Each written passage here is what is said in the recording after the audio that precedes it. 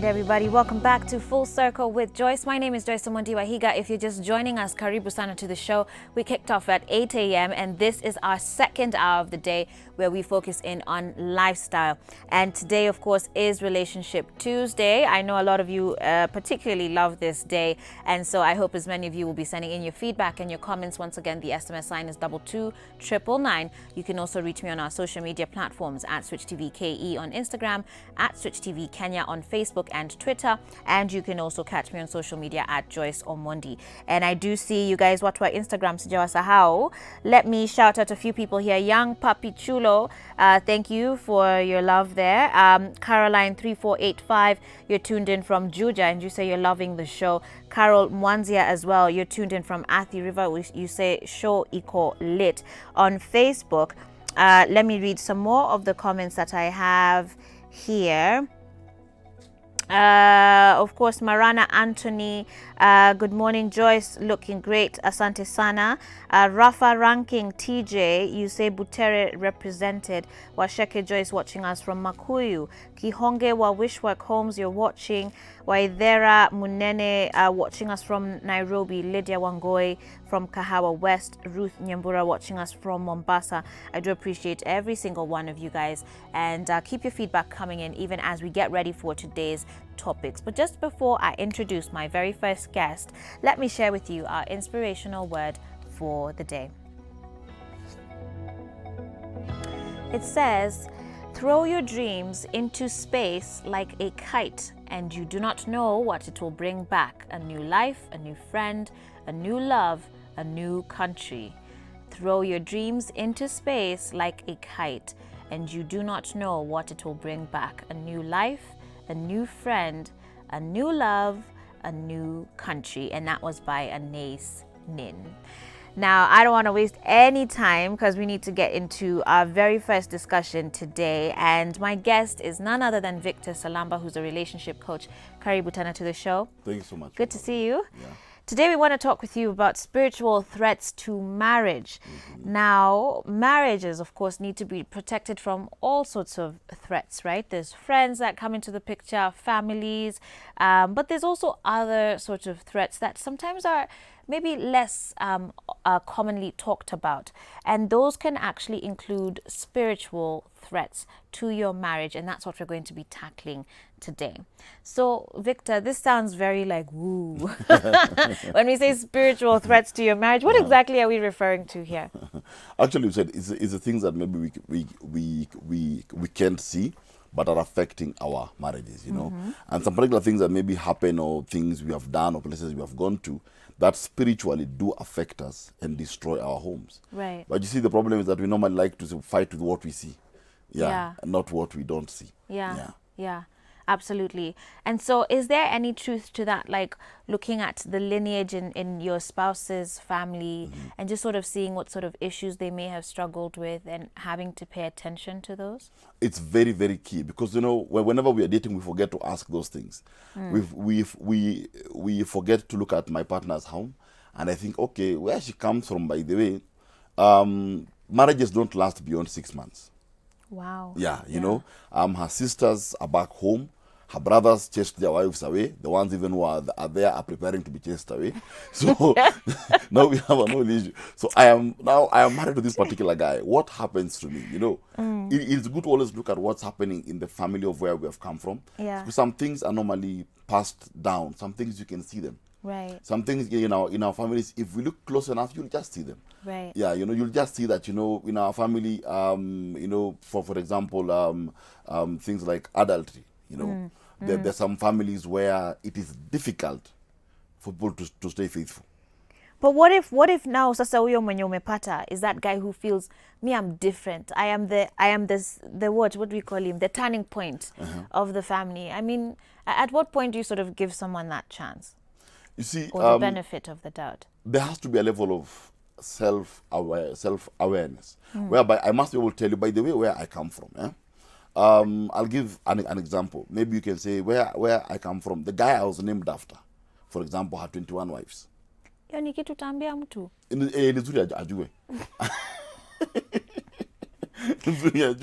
Okay. Yeah, you know, Because at times that's what we don't look at. It's good that if I say myself that, you know, where I come from, this is what happens. You know, my dad had 3 wives, my granddad had 3 wives, my great granddad had 3 wives, my brothers have 3 wives, and my other brother has 2, 1 is waiting. So it's Oh good. Lord. Yeah. But I am different because I am aware of this, Right. and I've decided that I'll do particular things to help me not live this kind of life. So these things matter. They Like matter so as much as maybe you're not doing the same sort of traditional religions or traditional cultures and customs and practices, Yeah. subconsciously there is a way that they actually do affect us. Yeah, because you know, there are things you don't run away from. And first of all is the family that you've come from. There are things that are generational. For example, witchcraft is generational.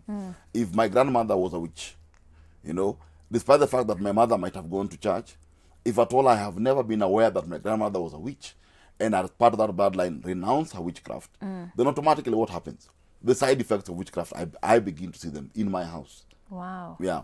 And at times that's the mistake that we normally make. We normally assume that because Victor's mother is this way, then he's not this way. Right. I must be conscious that there's a possibility that this might affect us too.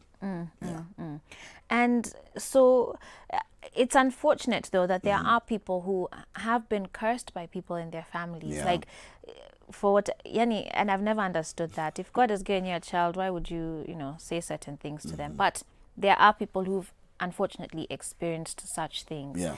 And some people will be like, those are just, it's just words, sticks and stones may break my bones, but blah blah blah. But there's a way that indeed, if you are a spiritual person, you also understand that words also do have power. Yeah. Right? So how does one, in addition to confessing and saying, you know what, my family, I've seen that there's this trend, I mean, maybe I'm not an alcoholic and I'm not like a violent person, but I've just noticed that there's this trend in my family. Yeah. How does one go about then addressing that? You see, Some of these things, like those curses or those generational issues. first of all, let me go to a direct curse. At times we are married and we forget things that our mothers said. At times we forget the things that our dad said. I have had cases in my office where someone decided to go and fight the dad, over a particular issue. The dad was having an affair, and this guy decided him and the brothers to go beat the dad to teach him a Wait, lesson. not to talk to him, to beat him. No, they went to work on the dad. They worked on him well. Guys. So, and the dad, upon being worked on, the dad said, okay, fine, you've done this to me. Let us see how your families will turn out. Wow. Now, what the dad did was wrong, but what the kids did was far much wrong. So his words automatically had impact. Now, a few years later, all these brothers get married, and all of them go through the same trend. All of them end up having children outside, end up doing what? Becoming violent to their own wives. Yeah. So when you're doing research, I tell them, no, go look for your father. You need to Yeah. ask for forgiveness. Go look for your dad, Then something else, our own words as well. Yeah. We'll forget that the most powerful truth is what you hear from your own mouth. True. Yeah. At times the dance who say, now if you begin to say, all men are dogs. Yeah. And you expect to marry what? A porcupine. Automatically to marry a dog. A porcupine. So it's also our own words as well. What we say, that I don't believe in marriage. I don't believe in marriage. Then you get You're married. porcupine when you Yeah, no, it's true. Yeah. Yeah, what do because we we expect? say things. Yeah, and even in prayer. Yeah. At times, even in prayer, we pray those negative things. We say, my husband is a drunkard, or my wife has Yeah. a big mouth, or whatever. We're just rebuking him You're just continuing, all the time, and yeah. we're not blessing. Yeah, and you see, also someone hears these things. Maybe you're praying and the person is hearing, calling them a drunkard, trying to bind spirits of alcoholism, and the guy is sleeping. I mean, if the person is hearing... umemshikilia mafuta hivi. I mean, if the Boy. person is hearing, speak good things. Yeah. Say, God, I thank you that he comes home. Yeah. And you know the other parts. It's true. But you see, at times it's our own words also. Also going to war with our parents as well. Also things that our parents were told before us. But I've always said that it's always good if your parents are alive, talk to them, ask them by their mom, tell me, when you got married to this home, how did it go? Yeah, when you married dad, how was it? How was his mom? Did she welcome you? What did she say about you? Yeah. Because maybe kuna mahali walipitana day one. Yeah, and But you're paying for it. It's so true what you're saying, because I think as we move along the generations, Yeah. we can almost think that those issues don't affect us, Yeah, right? Because yeah. they don't look the same way. But they are traits that have followed these generations Yeah, around. yeah. And for me, one of the examples that comes to mind is looking at families that that have had polygamous great grandparents, and then even your grandparents maybe were polygamous, and so you find that even now their children are also polygamous. Yeah. So then in our generation, fine, maybe your friend is not going to go and marry two people, but he has a chick over here, he has another chick over there, a baby mama over there, and so it's literally the same thing, it's just in a different Yeah. form. Yeah. Absolutely. Yeah. Wow. Well, we're going to continue with this discussion. Please do send in your feedback to 22999. What is your experience with this? Do you feel like you have been under any sort of spiritual threat? Your marriage has been under any sort of spiritual threat? Or are there some things that you sense, are amiss in your relationship that could stem back into your extended family? We're going to be continuing this conversation with Victor when we come back. 22999 is the SMS line to send in your comments, and you can also post them on our Facebook page at Switch TV Kenya. See you soon.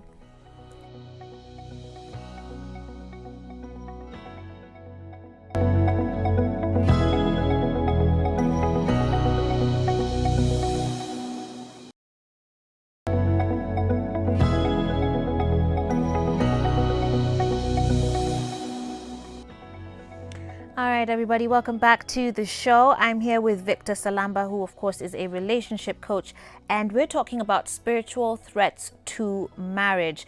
And you guys can send in your feedback to 22999. That's our SMS line. You can also reach me on our Facebook page at Switch TV Kenya.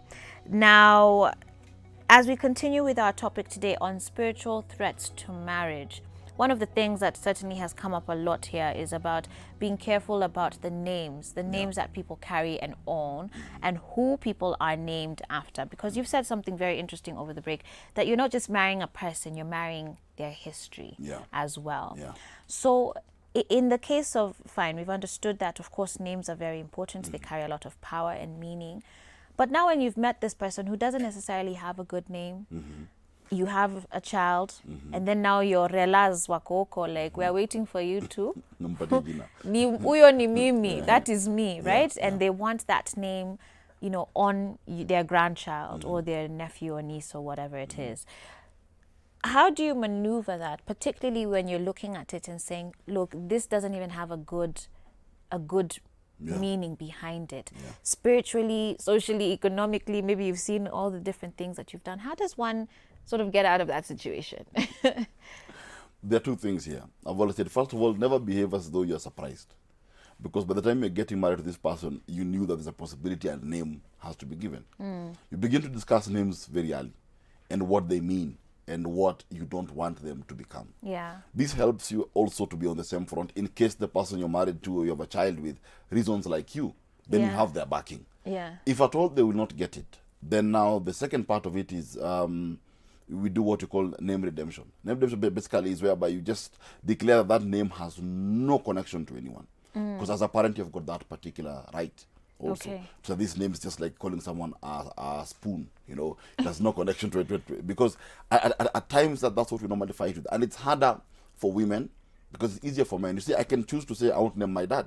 Yeah. Yeah, and I tell my dad I'm not naming you, But it's difficult for my wife to tell me that I can't name my son after my dad. That's a long chain. Yeah. So at times it's also what you do is now, if at all the person you're with, through that time you're together, talk about names. Right. Learn about them.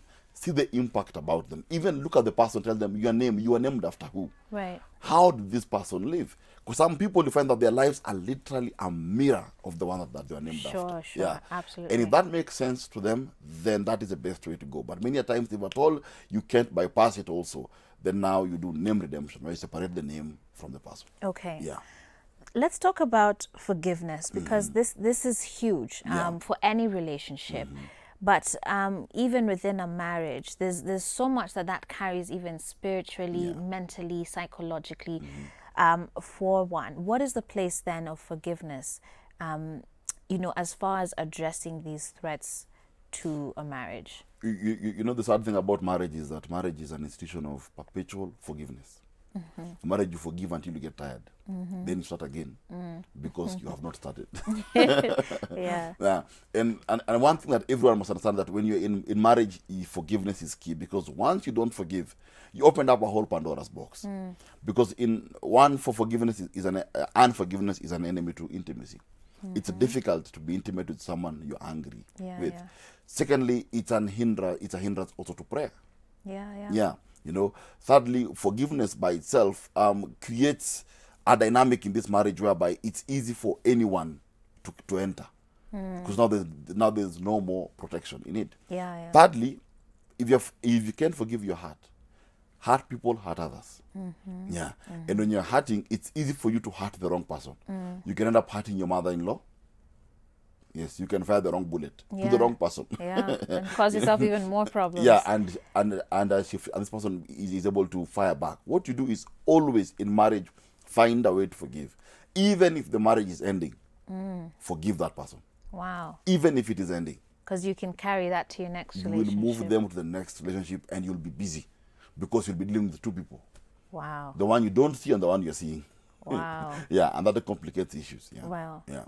You know, speaking of forgiveness, and I don't want to diminish this issue because it's a big one. When you talk about incest, and there are people who've been through some very horrid and traumatic situations, right?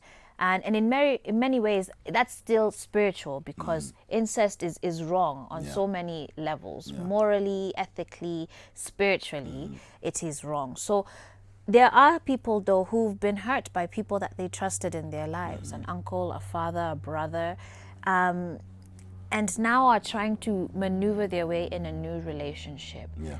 But they still have that trauma behind them. Maybe some of them haven't even confessed it to their new partners just because of the shame and perhaps even the stigma that's associated with it. How does one deal with that? I want to handle this in two ways. I'm dealing with the one who maybe is a victim of incest because of not of their doing. You know, then there are those ones who are not victims of incest because they did it knowingly and willingly. You see, these two are two different people when you get into any form of relationship. One is hurt, and the other is broken. They're two different people. The one who has gone through this, it's important before you get married to deal with whatever pain you have, especially trauma from anything that is sexual. Any sexual trauma must be dealt with. And I always insist, tell your partner. If at all they don't have the maturity to deal with it when you tell them, because I once had someone who told the husband, and the husband just looked blank. He went blank completely, had nothing to say. If the person can't handle that, trust you me, if you're not married, buy running shoes and run. Take off. Run and keep on running.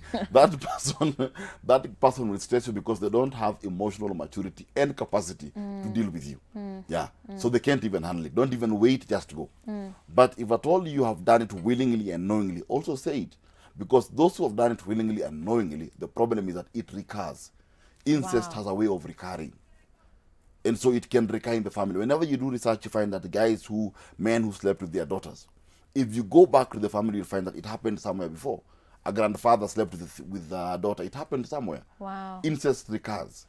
So it is important that That's scary. Yes, it's very scary, and it's good to know.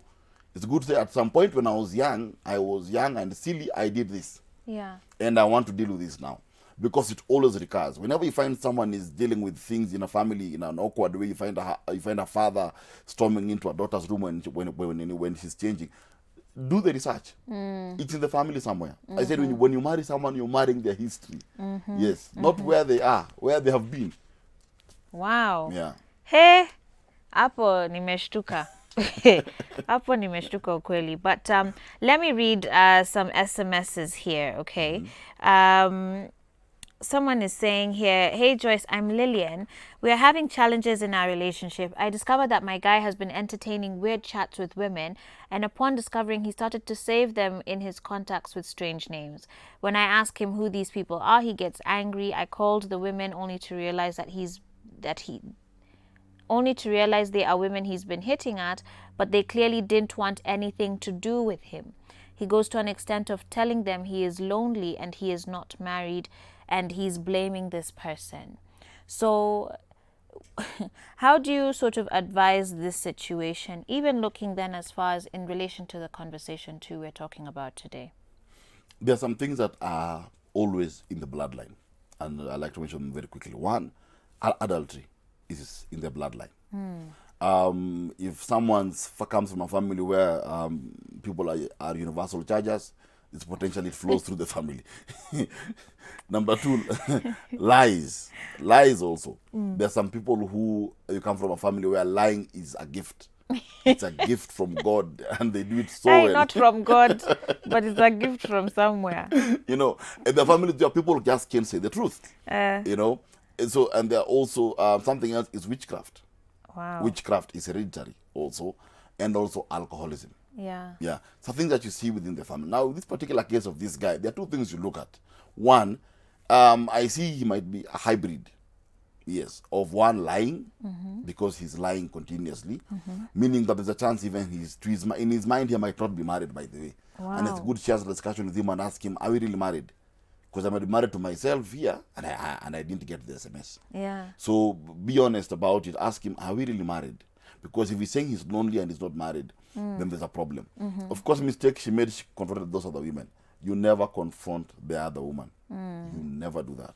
Ever. Never, ever make that mistake. Even if you just happen to pass by her. Behave like you saw a tree and go where you're going. Never, ever confront the other woman. Okay. Yeah. The moment you do that, you lose ground. Wow. You are, as the woman of the house, you lose ground. Yeah.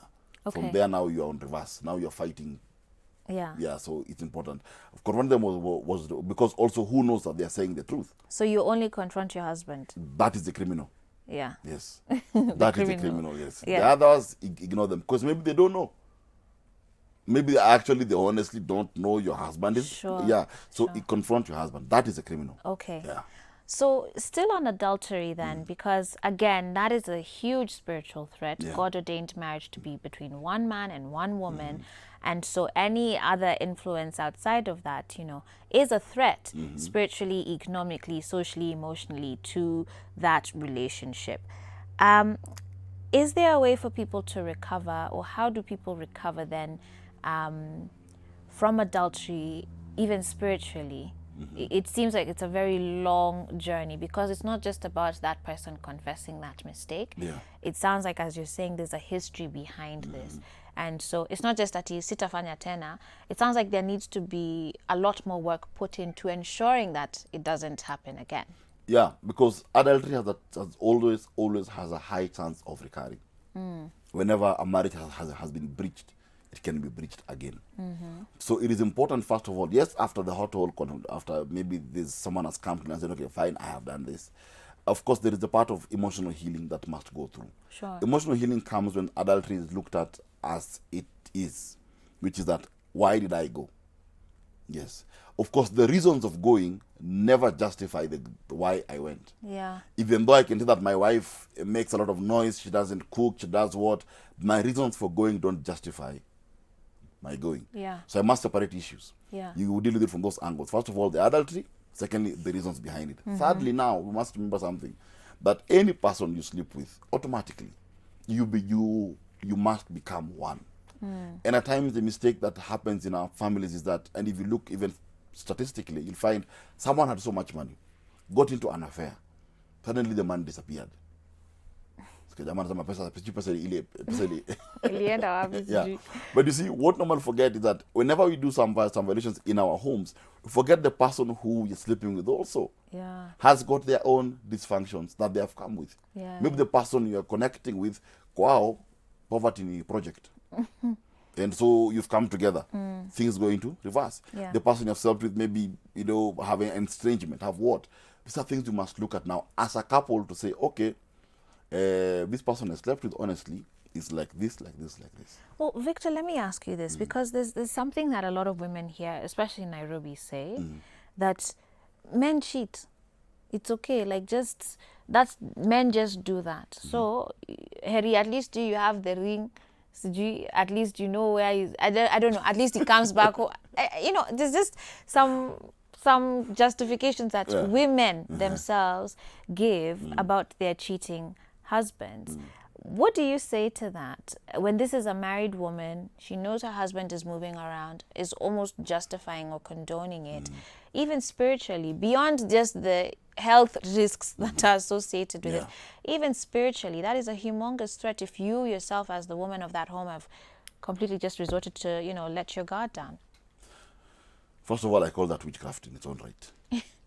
Because why do I call it witchcraft? It's because it's you choosing the easy way out. You see, Joyce, if your husband cheats on you and you say, men just cheat, it means that they've chosen the easy way out. It means that you no longer want to work on it. It means that you've decided to throw in as a person, you have decided to settle for what you didn't sign up for. Right. And maybe you don't see yourself as worthy enough for a honest, transparent, legitimate, secure relationship. Yeah, because it says more about you, more than even the person who has gone. Wow. Yeah, because it's you who's choosing to settle for what you didn't sign up for. Absolutely. If I didn't sign up for that kind of a relationship, why do I accept it? Yeah. I can't accept it. Absolutely. Yeah.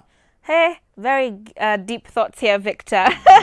Thank you so much, though, for joining us here today as we've been talking about spiritual threats to marriage. And just in case people want to look for you, how can they find you? You can find me on my website, victorsalamba.com. Okay. This is my website. You can find me there. I'm active on Facebook as well, Victor Salamba. Yes, I think if you go to those two platforms, you'll get my numbers. You'll there. be able to get him and maybe book an appointment if you want to see him. Yeah. Victor, always a pleasure. Thank you so much for coming through. And guys, we're going to take a short break now as we get ready for our final discussion for the day here on Relationship Tuesday. Stay tuned.